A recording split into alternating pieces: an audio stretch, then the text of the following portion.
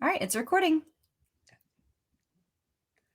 Welcome to episode 20 of Sell Smarter, Sell Faster. So excited you're here with us today. I'm Dani Buckley, your host. And as always, I'm joined by Shaye Smith, our producer. Hi, Shaye. Hey, Dani, how's it going? Great. Just excited to round out this third season, episode 20. Really excited to be here. We've had a great season, and this episode is going to be just as good. I'm excited about this topic. So Me too. I'm really excited. Yeah. So as a reminder, we are Lead G2 by the Center for Sales Strategy. That is what this podcast is powered by. We're a sales performance agency. We specialize in helping businesses sell smarter, sell faster using inbound marketing and sales enablement strategies. We're also a proud HubSpot Diamond partner. And Sell Smarter, Sell Faster podcast. It is a weekly podcast that is really focused on sales growth. You can expect everything from fresh insights and strategies to real world examples that are aimed at helping business leaders like all of you listening take your sales enablement specifically to the next level. That's what we're here for. Shaye, where can people find us? Yes, if you haven't heard before, this is your first time listening. We are streaming on all major podcast platforms. So if you have a preferred platform, make sure you are subscribed. We're also on YouTube. So if you're a video, subscribe there. If you ever have any questions or you'd like to connect with us, you can visit sellsmartersellfaster.com. We have lots of extra resources on most of the topics that we've been talking about this season and in seasons 1 and 2 available for you there, also past episodes. And you can also connect with us, get in contact, or Dani and I are both on the social media world. So find us on Twitter and LinkedIn. We'd love to connect with you and just chat, all these topics. Great. So today we're going to be talking about virtual selling. And obviously, thanks to this fun little pandemic we've been in, this is a really hot topic right now. How we sell has evolved and changed at a rapid pace. I mean, really, it's always changing and evolving. But the last 2 years in particular, we've had to I guess everyone has to drink at home because I'm going to say pivot. That's one of those words that we say too much, but we've had to pivot our strategies in a lot of ways without, planning for it. And so more and more selling is happening online in industries where it really wasn't previously happening before, or primarily in person. Right. And so I like this topic for a lot of reasons. And one in particular is our companies. So we've got 3 companies. There's the Center for Sales Strategy, Lead G2, and Up Your Culture. We've always been virtually selling. That is a way of life for us. I mean, we've been around our parent company for 40 years almost, and we've been 100% remote that entire time. So we really, we know this stuff and we don't know any other way. And so a lot of what we teach at the Center for Sales Strategy is actually around how to do this well. And so it's something that I'm really passionate about, but I especially love talking to experts that have different insights and different best practices. And that's what our guest is going to be talking about today. And so it's a really interesting subject. I know Kim's going to have some unique stuff. So Kim, Shaye, I'll let you intro Kim so we can jump into the interview. Yeah, so Kim is the founder and CEO of KO Advantage, teaching virtual selling skills to premium solutions organizations. She is listed as LinkedIn's top sales influencers and continuously named as one of the top sales leaders to follow. She's Startup Canada's woman entrepreneur and Success Magazine's most inspirational blogger. Kim has been selected to speak to groups such as Inbound, Comcast, Zoom, and Inc. magazine. I know I've heard Kim at Inbound, so I'm glad we're having her on the show today.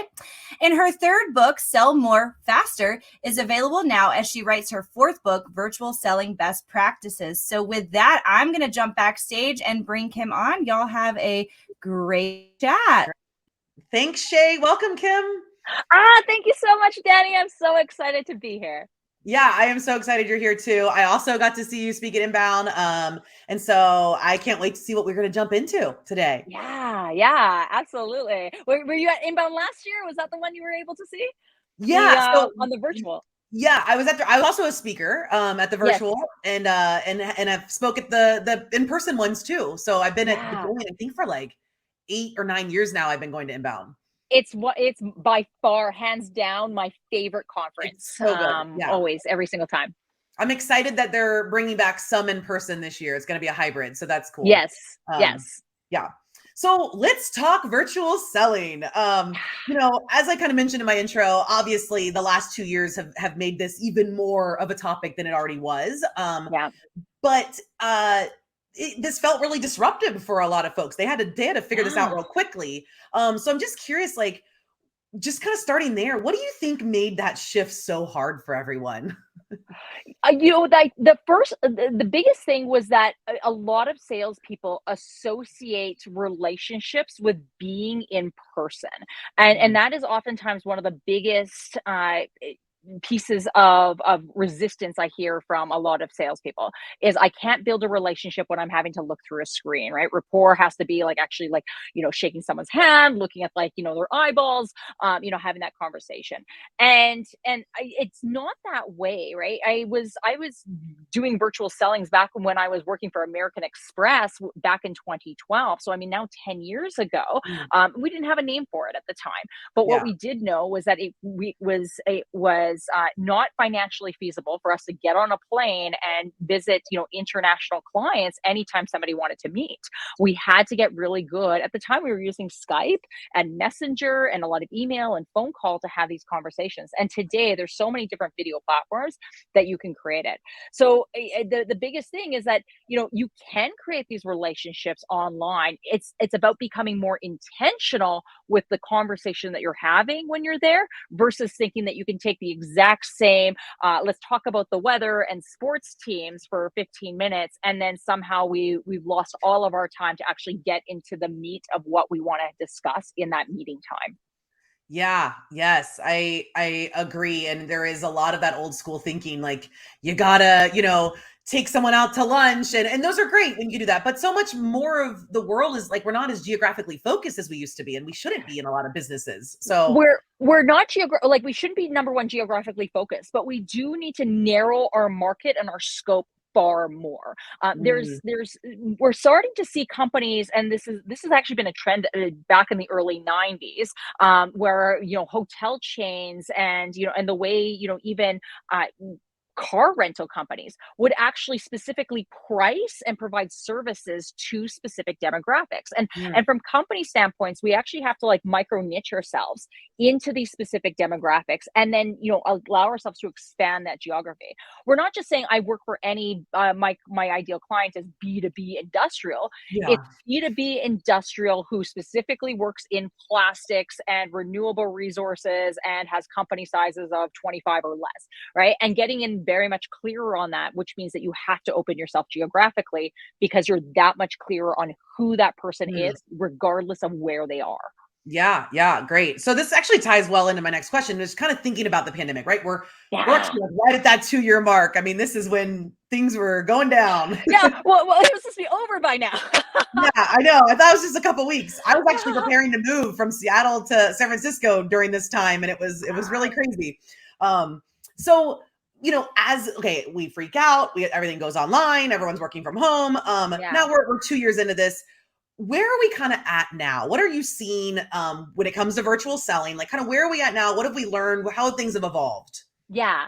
So I mean, there's two big trends. There's either the companies that were already are fully embracing this, and they said we are never going back. Like we have Mhm. we have looked at our balance sheets and our income statements, and we're now finding ourselves way more productive, way more profitable, and we're servicing clients that we've never been able to service before. It no longer makes sense for us to have to meet all of our clients in person. On the flip side, we have a lot of those traditionalists who are like, I am so excited to get back in person and I want to fill my calendar. But I believe it's only going to be for a short period of time in short relative terms, like maybe 6 months, 8 months. We're going to be excited to go back to conferences. We're going to be excited to get back to trade shows and to meet clients for coffees until those are done. And then we're like, oh, that actually wasn't nearly as productive as I thought it Yeah. was.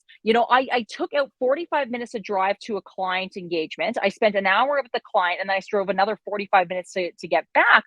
2.5 hours out of my day for one client at a lead qualification stage doesn't necessarily seem like the most productive use of their time. Whereas in virtual selling, we could have easily had, 30-minute meetings and been able to meet with 5 clients and that's saying 6 clients in that same period of time. So, we're going to see that as it goes forward. Now, virtual selling is not a pandemic thing, right? One of Yeah. the biggest trends that we're also seeing are fuel prices are going up. We're also seeing that, technology is moving faster than ever. I mean, travel is getting to a place where it's going to become unaffordable. I was telling, my husband, I said, if we haven't booked our vacation for October, we had better book it today. We're recording this in March. We had better book it today because by October, all of the airlines are going to end up correcting their prices because of this Mm. increase in fuel, right? This is going to continue on, and companies and individuals like a lot of sales reps aren't going to be willing to go ahead and drive to client engagements anymore when it now costs them $75 in a tank of Yeah. fuel for a meeting. So you have to take a look at this, become more strategic when we go forward, and ask yourself, instead of offering the in-person meeting as the default, offer the virtual meeting as the default. And then if you need to go to the in-person meeting, but those that are already embracing it, there's ways that you can get even better with it. Those that aren't there yet, you're going to get there really soon.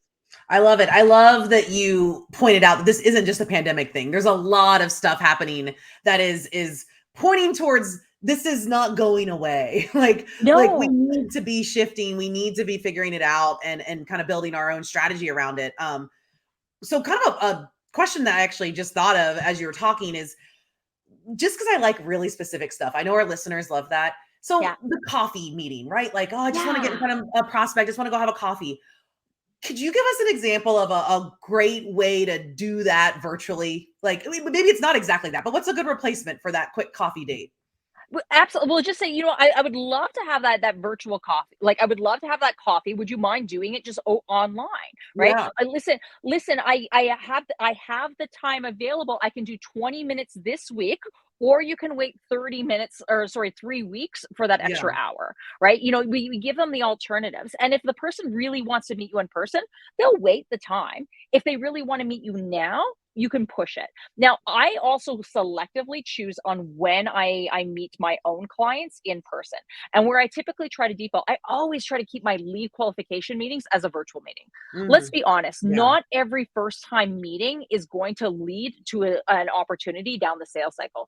Some people are kicking tires, they just want information, they want to learn a little bit more about what you're doing, or they have a specific question about how do you compare to the competitor, right? Does that need to be an in-person conversation? Probably not. And so one of the other things I will typically say is, listen, I would love to have that in-person meeting with you. Let's book that. And in the meantime, let's create a virtual, let's have a 20-minute introduction online. And Yeah. if we still want to have that in-person meeting in 3 weeks' time, it's already in the calendar. Love Right. that. And so we're still creating that momentum. But by the time you get to that coffee meeting, now you're getting further down into the sales cycle versus the introduction. Love that. Like, don't wait. Yeah, that's great. Great. Okay, so let's talk about sales enablement, because that's what this podcast is about. What is kind of the role? I know this is a broad question, but what is the role of sales enablement when it comes to virtual selling? Like, anything that stands out that you want to touch on?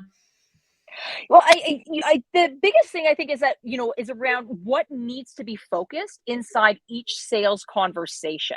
And one of the things that a lot of companies, just assumed, and this is part of the struggle that they had, I'm going to take the exact same recipe book Mm, that we played for when we were in person and traditional selling, and let's just throw it online. Right. And everyone yeah. just thinks like we're being really effective. There was a statistic I saw not too long ago, and it was something along the lines of like CEOs expected virtual selling to have an 84% increase in their sales, and it actually only had a 40%. Right. And part of that was because they did that exact thing. Right. Yeah. We took the same recipe and we just moved it over. But it doesn't work that way.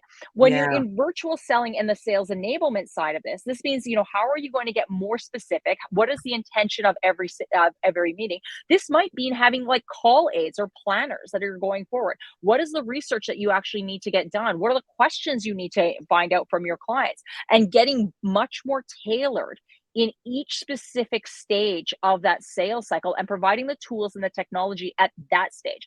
So instead of feeling broad, like not saying like lead generation or sorry, value discovery is this big broad statement. What does it look like with a microscope? And how do we know that we're at stage A, B, C, D? And then we're able to move forward. Otherwise, you know, it's just you're throwing all this crap at people. Here's some tools, here's some technology, here's some things. I mean, Bill Gates had a great saying years ago, and he goes, "You take any manual process and you add technology to it, it's only going to enhance it. If it's a terrible process, it's going to fit. You're going to like speed up to failure faster. If it's a great process, you're going to speed up to success faster. So find out how do you make that process work first, and then add technology on top of it."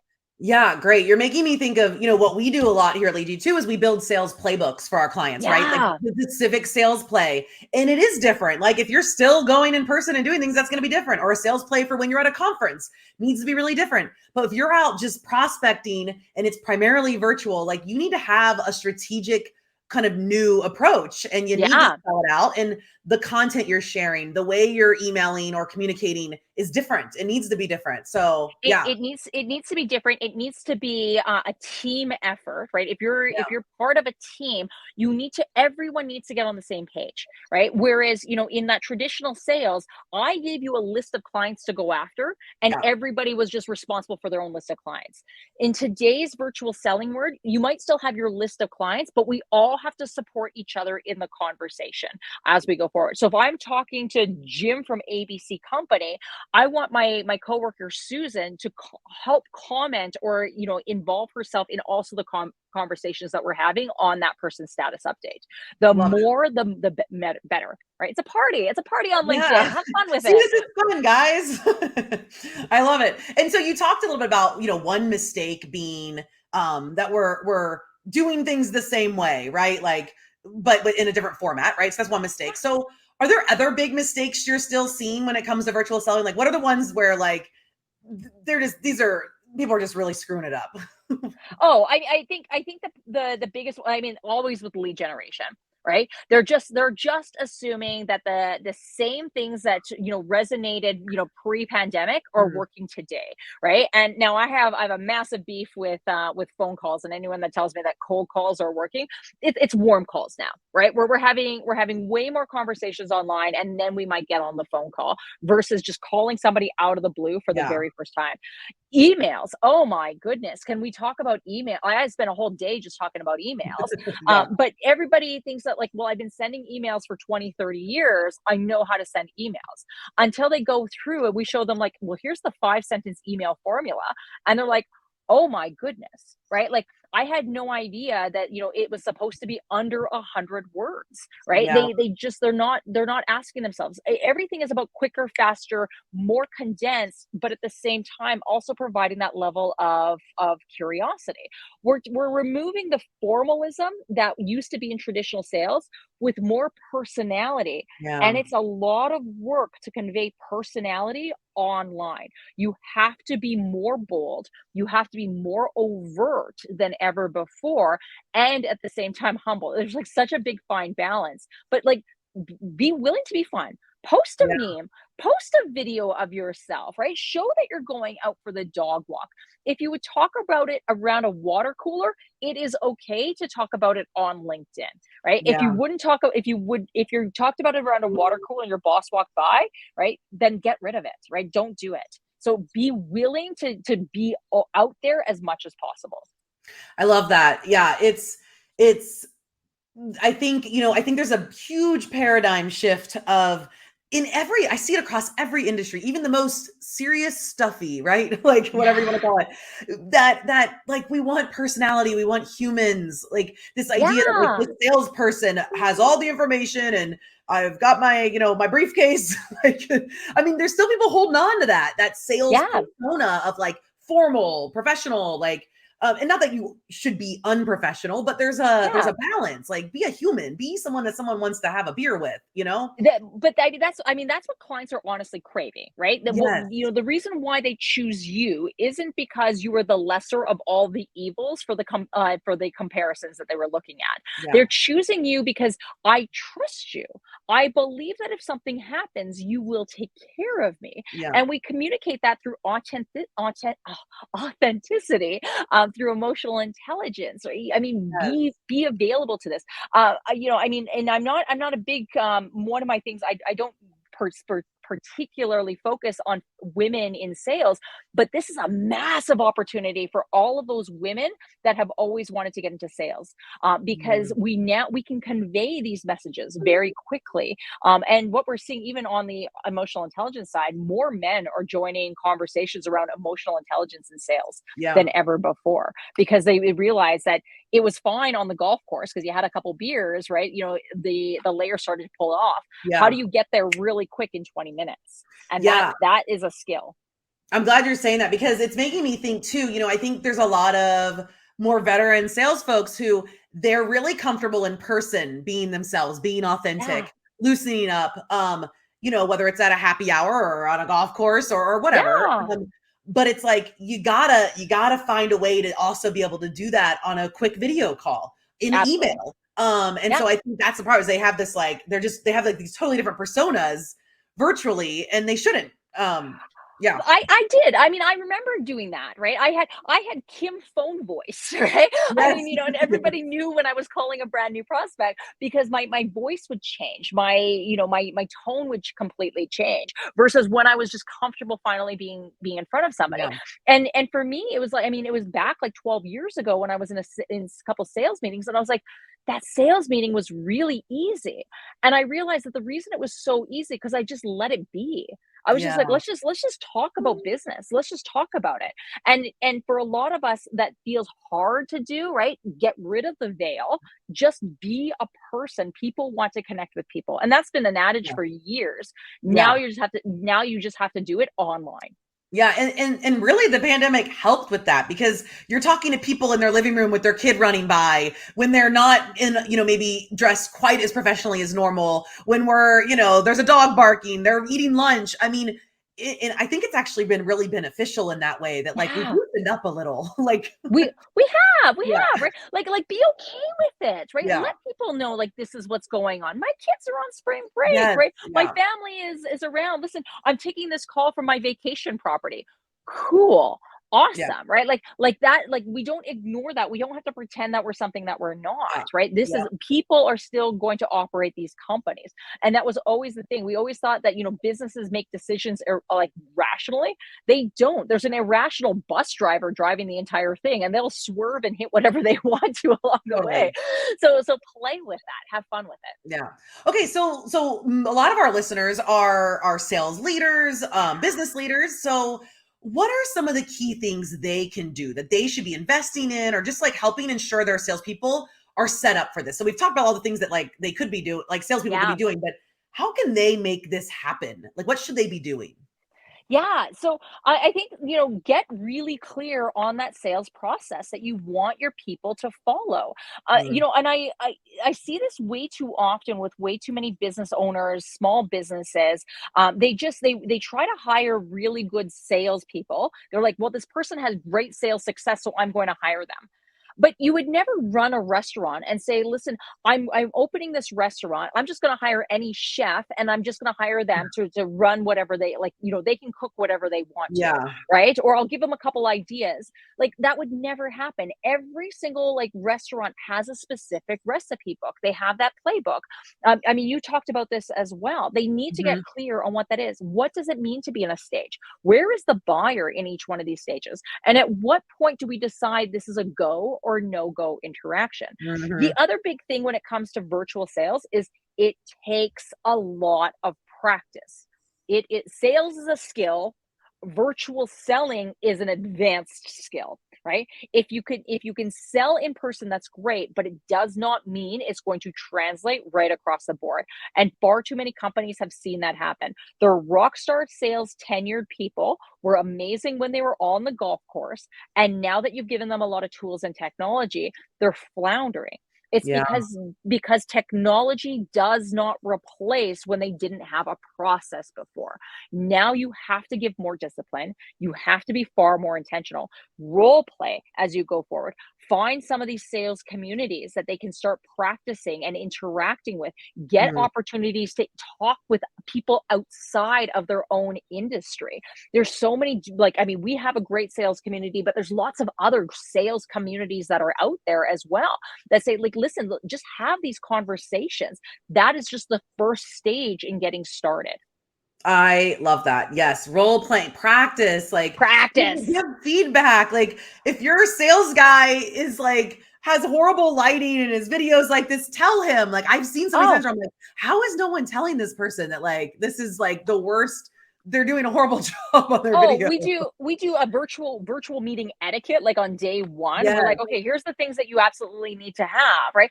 But I mean, the tools and technology have actually made the role play even better. And so Yeah. even if you don't do the role play, for instance, you can do a call recording, have somebody, right? Whether it's a company like ours or some other someone Mhm. on your team that's a coach, watch the video and place these little tags. Like they do this in football, right? You play the Yep. game and then they go through and they say, okay, well, here's the things that we want to watch for, right? So now if we could do this play again, how would we do it different? If we could do this sales cycle again, what are some of the questions we would ask? Now let's role play that scene and see how the outcome would have changed.